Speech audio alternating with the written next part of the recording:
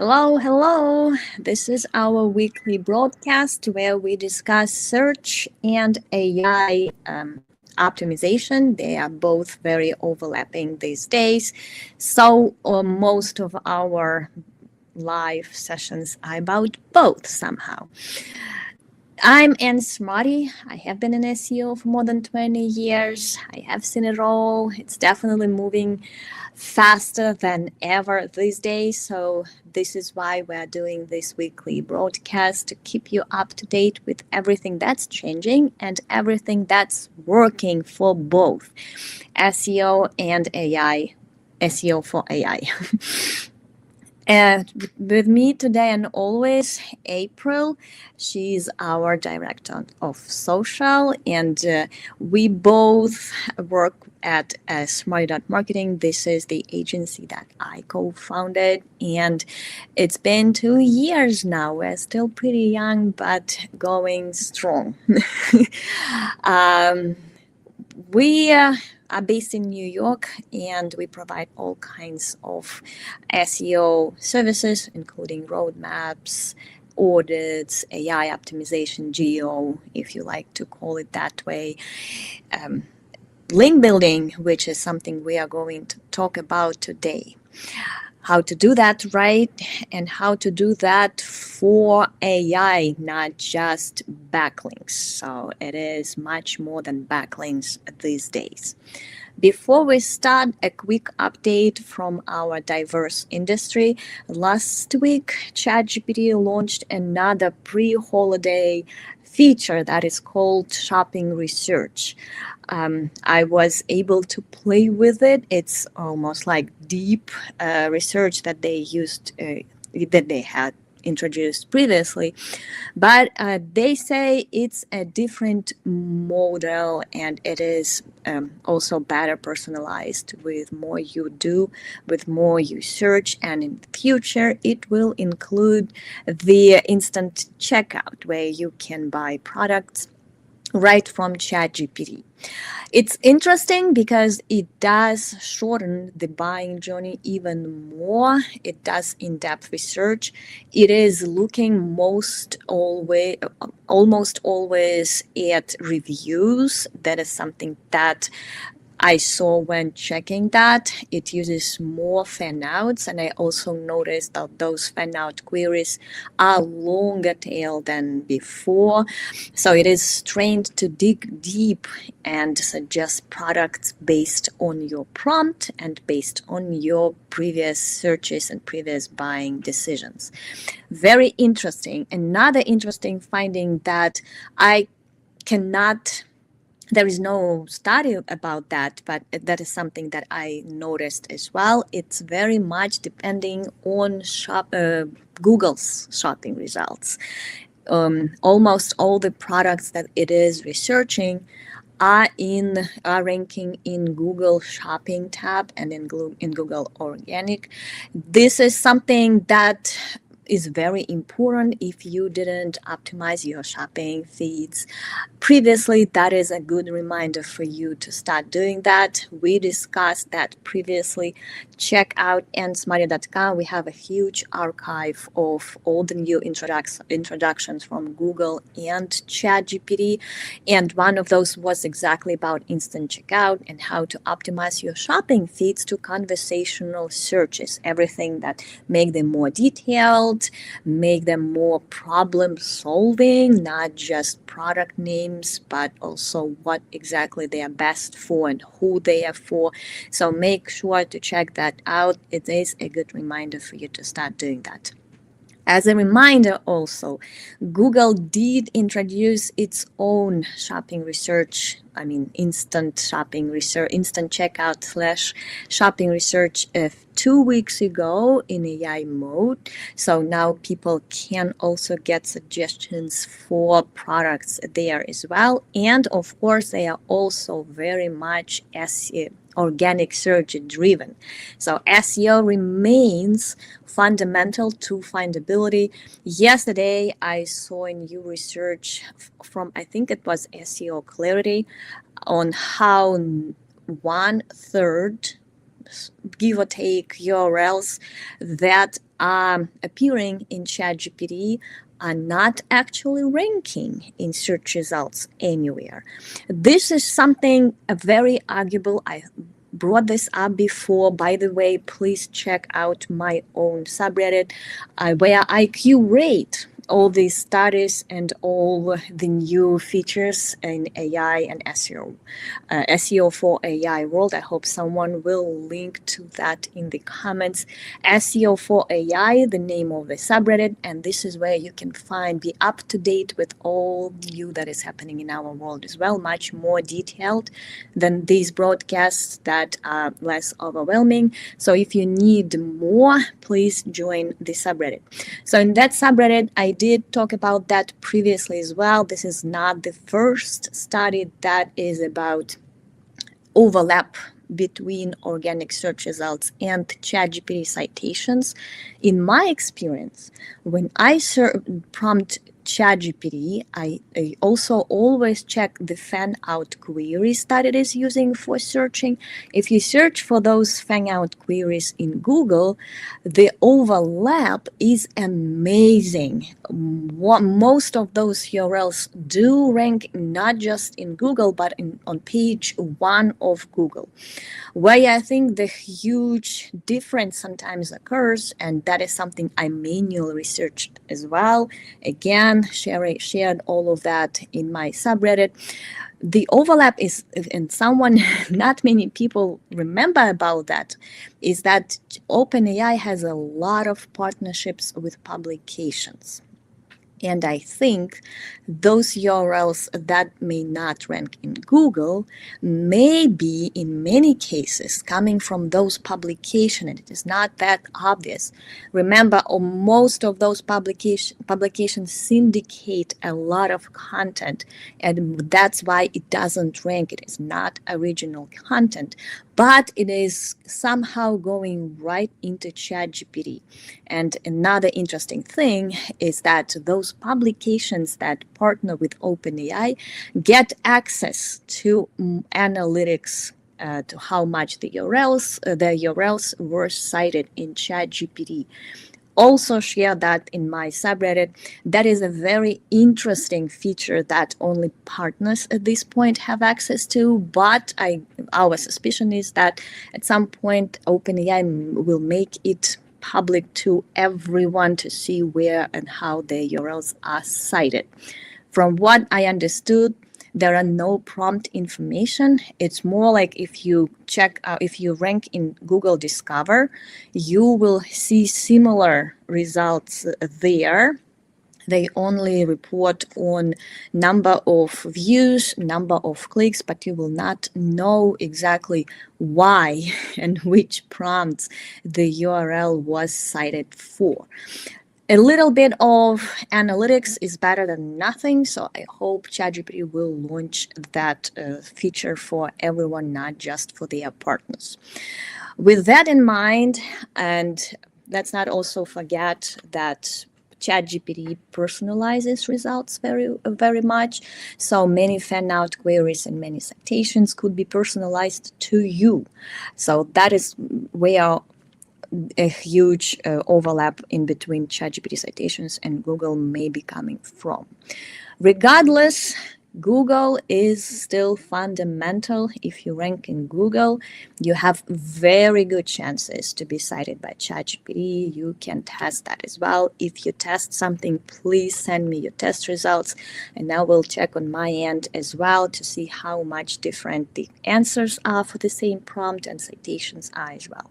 Always ready to look at your results as well. So the topic for today is interesting, something that people come back to again and again: links, how to build them, and whether they still matter. Those questions are always asked in Reddit and across social media as well. Everyone is curious how much link building is important these days, and not just for organic search, but for citability in LLM platforms as well. My answer is usually link building is still as fundamental as it always was. Maybe not, it's different for sure. The tactics are very much different these days. But if you want to rank in Google, you need backlinks. That is for sure. And if you rank in Google, you will be cited in LLM platforms as well. So it is still fundamental, just like SEO as a whole. The huge thing to mention here is that it is not the same link building, and it's not just about links these days. This is something that has been around for a while now, but now it is even more important. You need clicks, you need interactions on the website, you need brand mentions, you need backlinks. So when you're planning a link building campaign, all these things should be part of your ROI. How do you measure the effectiveness of a link building campaign? All these things should be taken into account, and these things should be your goal, the ultimate goal. It's not just about getting links. Those are links that drive clicks, drive brand visibility. For AI, it's also drive relevance for Google as well, but more so for AI because they need context for the brands to remember them. Just like human beings, if you say something, you remember a brand because you saw it somewhere. LLMs are pretty much the same. If you want to be part of the training data, you should be constantly reminding LLMs about your name, about your context, about what you are doing.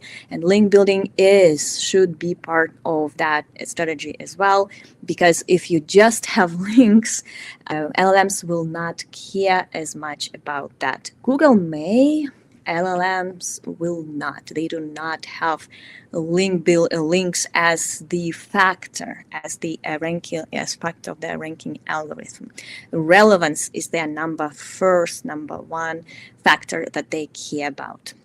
So if you of course should be investing in link building, but when you do so, try to find the method that does all of that. Digital PR is what we focus on, but our PR strategy is very different always. And for a new client, it's always a learning curve for us to explain why we do so, because clients would always come to us, we need DA links. We need links from certain DAs. We need links with certain anchor text. How many publications can you do? What's the price per publication? We do not do any of that. We do not syndicate PR assets through syndication platforms. We do not pay for placements, and we do not report on DA. We report on clicks, brand mentions, and links from new publications. LLMs love fresh content, just like Google. So it's more about freshness at this point. If you are buying links from existing articles or something like that, it may or may not help with Google, but it's not helping with fresh signals or brand mentions for sure. So create something awesome. And I was inspired by this topic by a quick testimonial, by a quick feedback from our client. We get those a lot, but I liked this one because this shows the effectiveness, the long-term effectiveness for fresh signals from how we do PR. As you can see, the client reached out to us asking to update two of the last year's assets because they did so well. One of them brought 1 million impressions. I looked at more closely at the data. We saw 2,000% growth in organic rankings for that asset. This is how powerful it is. So imagine you create something, you invest something once, and it brings you links, clicks, impressions, brand mentions for at least a year. And if it was time sensitive, it can always be updated for the next year, which is what we're going to do in this case, to bring even more signals. So this is the power of a good PR. It's not about DA. It's not about how many backlinks it brought right away.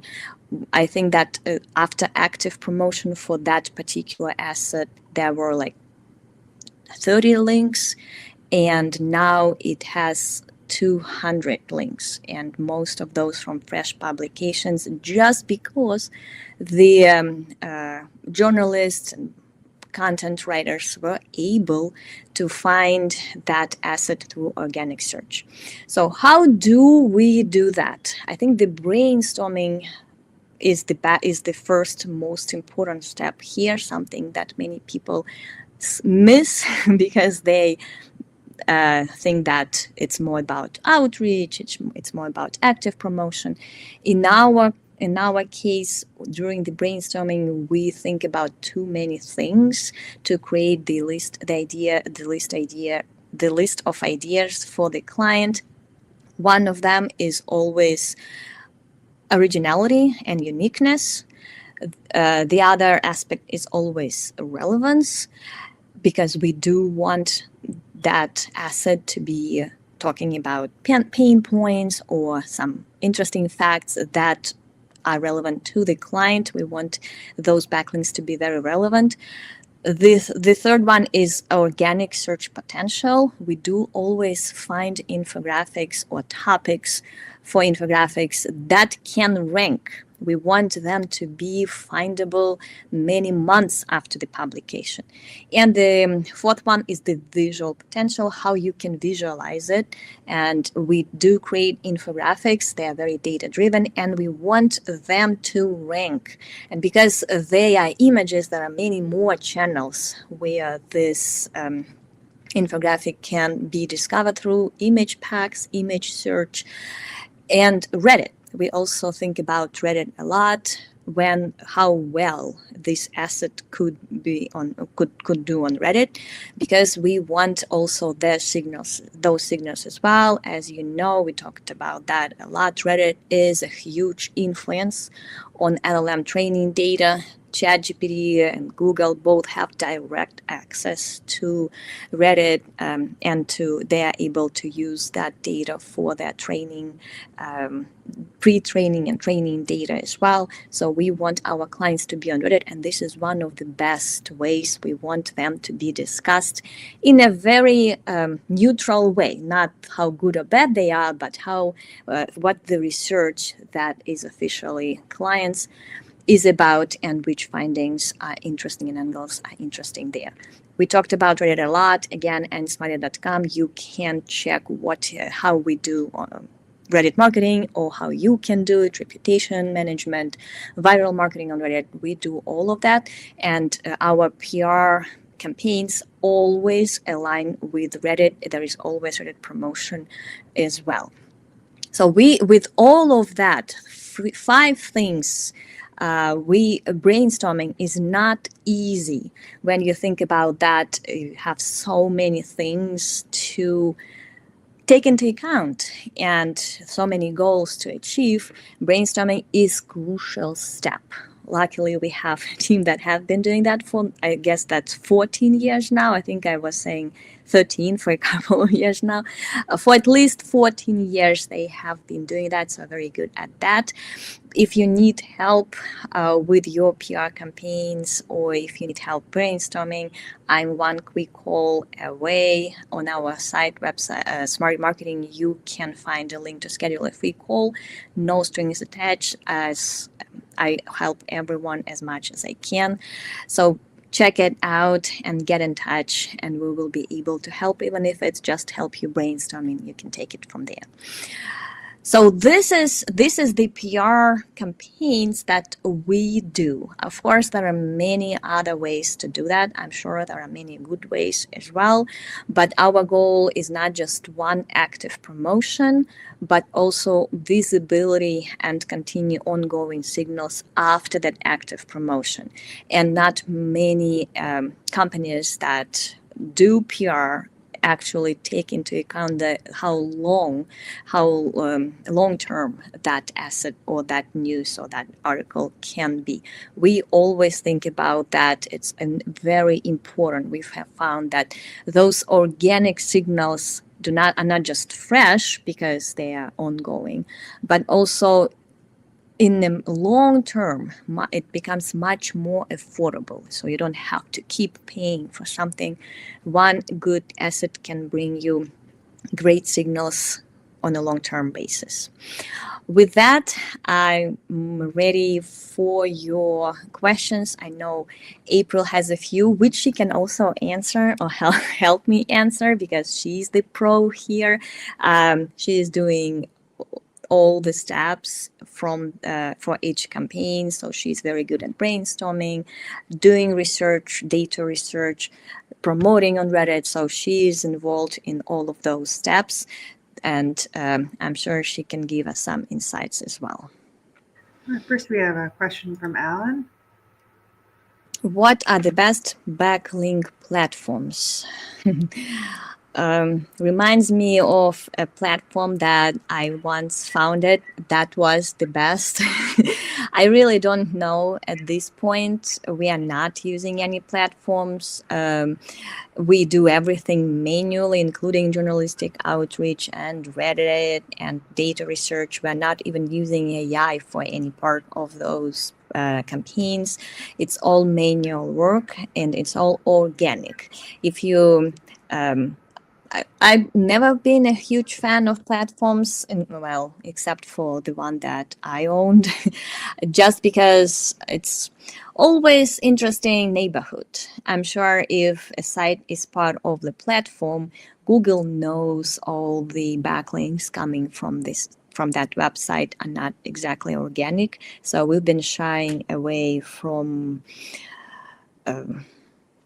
any platforms for many years. I think we haven't been using one for as long as I can remember. The only one that I ever used was my own, but I don't have it anymore. So no recommendations here. And Alan has another interesting question there as well. How to get more involved on Reddit? That is a great question. And from my own experience, I can tell you what I think. April probably doesn't remember. She has been on Reddit for more than 14 years. So she probably doesn't have any newbies. Oh, by the way, no, I'm wrong. She's helping develop new accounts for the clients, so she probably knows a few things. But from my experience, I have been on Reddit for 10 years. At least maybe 11, never been active. It's always been too intimidating. Whatever you say, it always can go wrong. How I did it, ultimately, I started my own subreddit with my own rules, with my own judgment as to what I want it to be, what I allow. It is different from most subreddits because I do allow self-promotion as long as it is transparent. No one is trying to sneak in any promotional comments or threads. So I do allow that. I do not allow any hate or aggressive speech or words. So I have my own rules, and that is how I became comfortable with Reddit.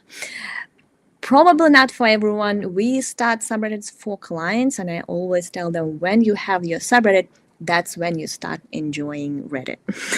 At least that is what it was for me. For clients, we also start and manage subreddits, and we do training for their internal teams to also get comfortable with Reddit and with managing their own subreddit. And usually that's the trick.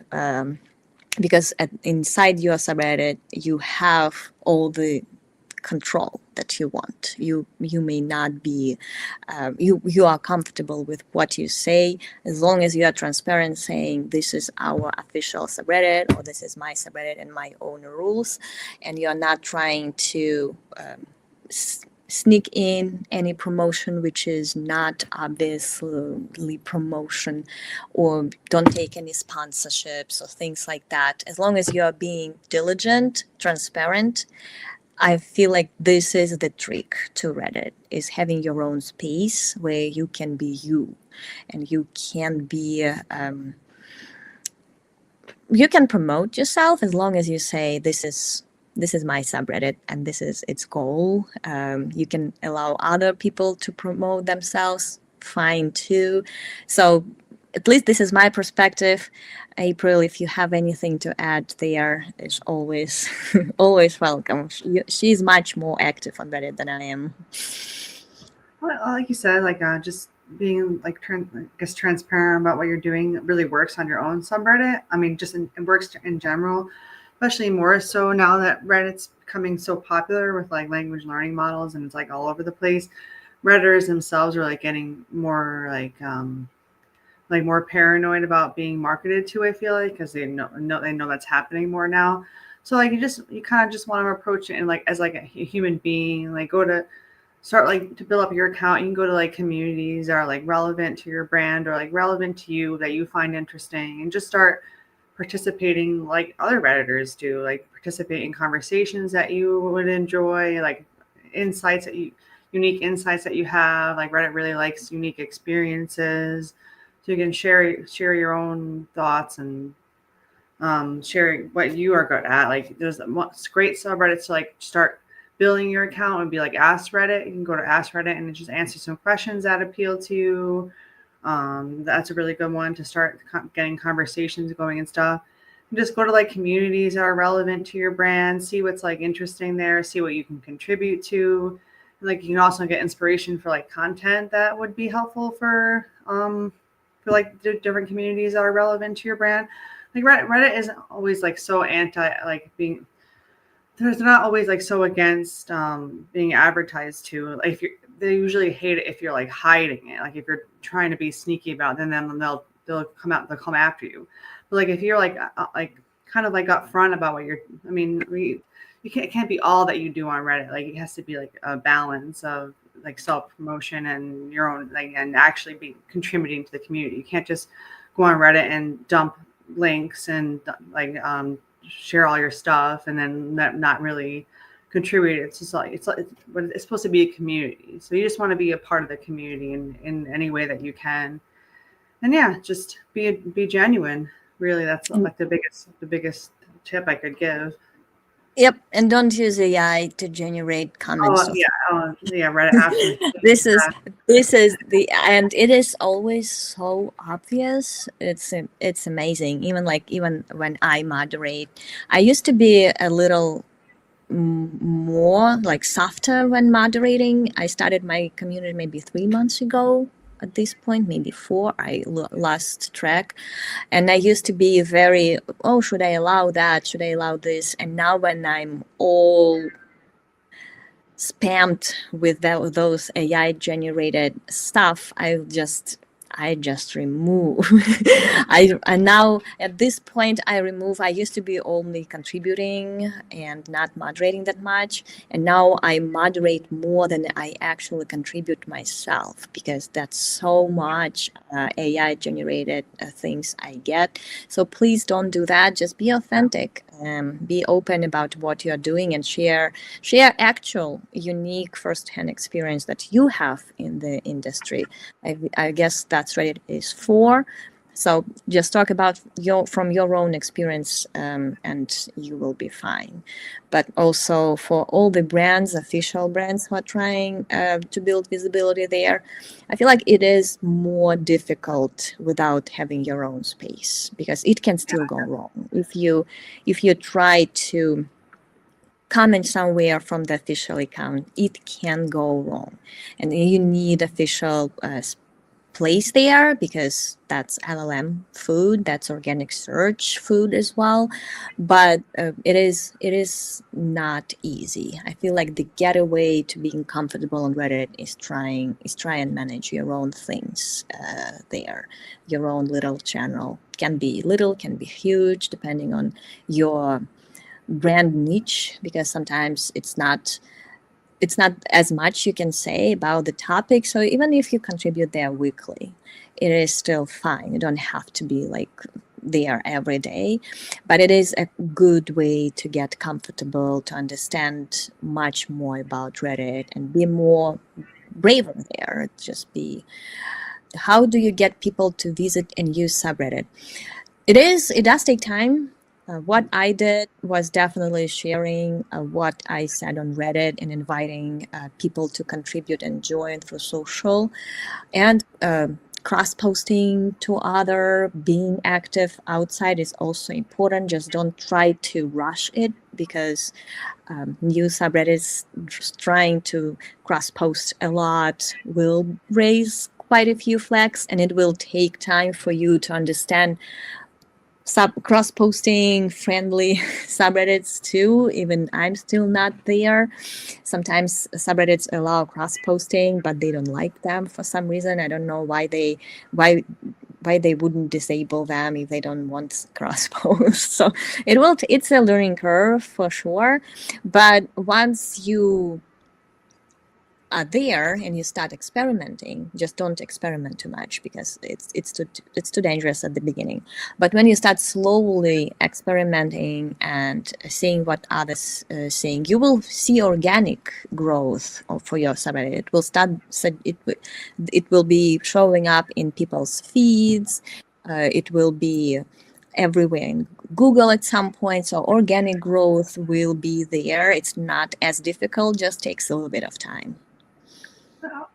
We had like well, we had a few really good examples, but we had one example where cross posted something like it wasn't branded, or was just like relevant to the topic, but it wasn't like a blog post or anything on the client's website or anything. But we cross posted like some really interesting, relevant content to another subreddit, and that actually like earned a lot of traffic to the subreddit, that the brand subreddit that we cross posted to, because it was just interesting and fun information, and made people want to look further where it was coming from. So yeah, you just want to contribute and ask yourself, like, is this interesting to me? Like, would I find this interesting? When you're trying to come up with stuff to share. So yep, it's similar to any organic growth. Whatever you're trying to grow, it always goes back to the quality and originality of what you are posting.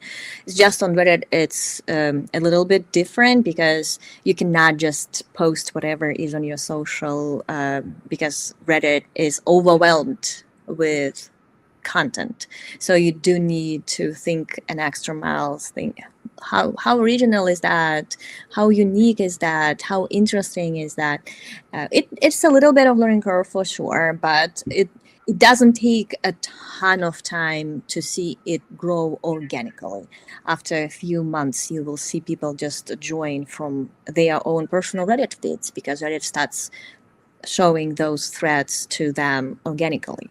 So it is a learning curve for sure. That's that's what I say. That's the takeaway here.